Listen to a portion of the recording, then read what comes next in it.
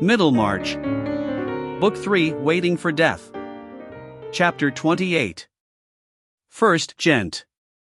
All times are good to seek your wedded home, bringing a mutual delight. 2d Gent. Why, true. The calendar hath not an evil day, for souls made one by love, and even death, or sweetness, if it came like rolling waves, while they two clasped each other, and foresaw no life apart. Mr. and Mrs. Casaubon, returning from their wedding journey, arrived at Lowick Manor in the middle of January. A light snow was falling as they descended at the door, and in the morning, when Dorothea passed from her dressing room into the blue-green boudoir that we know of, she saw the long avenue of limes lifting their trunks from a white earth, and spreading white branches against the dun and motionless sky. The distant flat shrank in uniform whiteness and low-hanging uniformity of cloud. The very furniture in the room seemed to have shrunk since she saw it before. The stag in the tapestry looked more like a ghost in his ghostly blue-green world. The volumes of polite literature in the bookcase looked more like immovable imitations of books. The bright fire of dry oak boughs burning on the log seemed an incongruous renewal of life and glow, like the figure of Dorothea herself as she entered carrying the red leather cases containing the cameos for Celia. She was glowing from her morning toilet as only healthful youth can glow. There was gem-like brightness on her coiled hair and in her hazel eyes. There was warm red life in her lips. Her throat had a breathing whiteness above the differing white of the fur which itself seemed to wind about her neck and cling down her blue-gray pelisse with a tenderness gathered from her own, a sentient commingled innocence which kept its loveliness against the crystalline purity of the outdoor snow. As she laid the cameo cases on the table in the bow window, she unconsciously kept her hands on them, immediately absorbed in looking out on the still, white enclosure which made her visible world. Mr. Casaubon, who had risen early complaining of palpitation, was in the library giving audience to his curate Mr. Tucker. By and by Celia would come in her quality of bridesmaid as well as sister, and through the next weeks there would be wedding visits received and given, all in continuance of that transitional life understood to correspond with the excitement of bridal felicity, and keeping up the sense of busy ineffectiveness, as of a dream which the dreamer begins to suspect. The duties of her married life, contemplated as so great beforehand, seemed to be shrinking with the furniture and the white vapor-walled landscape. The clear heights where she expected to walk in full communion had become difficult to see even in her imagination. The delicious repose of the soul on a complete superior had been shaken into uneasy effort and alarmed with dim presentiment. When would the days begin of that active wifely devotion which was to strengthen her husband's life and exalt her own? Never perhaps, as she had preconceived them, but somehow, still somehow. In this solemnly pledged union of her life, duty would present itself in some new form of inspiration and give a new meaning to wifely love. Meanwhile there was the snow and the low arch of dun vapor. There was the stifling oppression of that gentlewoman's world, where everything was done for her and none asked for her aid, where the sense of connection with a manifold pregnant existence had to be kept up painfully as an inward vision, instead of coming from without in claims that would have shaped her energies. What shall I do? Whatever you please, my dear, that had been her brief history since she had left off learning morning lessons and practicing silly rhythms on the hated piano. Marriage, which was to bring guidance into worthy and imperative occupation, had not yet freed her from the gentlewoman's oppressive liberty. It had not even filled her leisure with the ruminant joy of unchecked tenderness. Her blooming full-pulsed youth stood there in a moral imprisonment which made itself one with the chill, colorless, narrowed landscape, with the shrunken furniture, the never-read books, and the ghostly stag in a pale fantastic world that seemed to be vanishing from the daylight. In the first minutes when Dorothea looked out she felt nothing but the dreary oppression. Then came a keen remembrance, and turning away from the window she walked round the room. The ideas and hopes which were living in her mind when she first saw this room nearly 3 months before were present now only as memories. She judged them as we judge transient and departed things.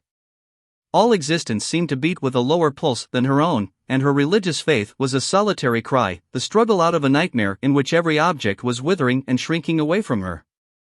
Each remembered thing in the room was disenchanted, was deadened as an unlit transparency, till her wandering gaze came to the group of miniatures, and there at last she saw something which had gathered new breath and meaning. It was the miniature of Mr. Casaubon's Aunt Julia, who had made the unfortunate marriage of Wladislaw's grandmother.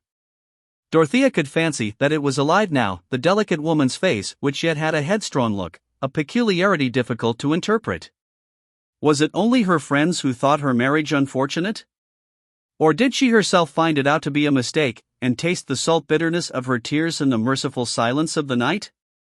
What breadths of experience Dorothea seemed to have passed over since she first looked at this miniature. She felt a new companionship with it, as if it had an ear for her and could see how she was looking at it. Here was a woman who had known some difficulty about marriage. Nay, the colors deepened, the lips and chins seemed to get larger, the hair and eyes seemed to be sending out light, the face was masculine and beamed on her with that full gaze which tells her on whom it falls that she is too interesting for the slightest movement of her eyelid to pass unnoticed and uninterpreted. The vivid presentation came like a pleasant glow to Dorothea. She felt herself smiling, and turning from the miniature sat down and looked up as if she were again talking to a figure in front of her. But the smile disappeared as she went on meditating, and at last she said aloud, "Oh, it was cruel to speak so. How sad, how dreadful."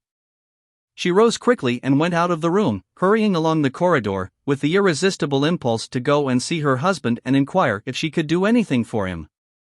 Perhaps Mr. Tucker was gone and Mr. Casaubon was alone in the library. She felt as if all her morning's gloom would vanish if she could see her husband glad because of her presence. But when she reached the head of the dark oak, there was Celia coming up, and below there was Mr. Brooke, exchanging welcomes and congratulations with Mr. Casaubon. "Dodo," said Celia, in her quiet staccato, then kissed her sister, whose arms encircled her, and said no more. I think they both cried a little in a furtive manner, while Dorothea ran downstairs to greet her uncle. "I need not ask how you are, my dear," said Mr. Brooke, after kissing her forehead. "Rome has agreed with you, I see. Happiness, frescoes, the antique, that sort of thing. Well, it's very pleasant to have you back again, and you understand all about art now, eh? But Casaubon is a little pale, I tell him, a little pale, you know. Studying hard in his holidays is carrying it rather too far. I overdid it at one time." Mr. Brooke still held Dorothea's hand, but had turned his face to Mr. Casaubon about topography, ruins, temples. "I thought I had a clue, but I saw it would carry me too far, and nothing might come of it. You may go any length in that sort of thing, and nothing may come of it, you know." Dorothea's eyes also were turned up to her husband's face with some anxiety at the idea that those who saw him afresh after absence might be aware of signs which she had not noticed. "Nothing to alarm you, my dear," said Mr. Brooke, observing her expression. "A little English beef and mutton will soon make a difference." It was all very well to look pale, sitting for the portrait of Aquinas. "You know, we got your letter just in time." But Aquinas, now, he was a little too subtle, wasn't he? Does anybody read Aquinas? "He is not indeed an author adapted to superficial minds," said Mr. Casaubon, meeting these timely questions with dignified patience. "You would like coffee in your own room, uncle," said Dorothea, coming to the rescue.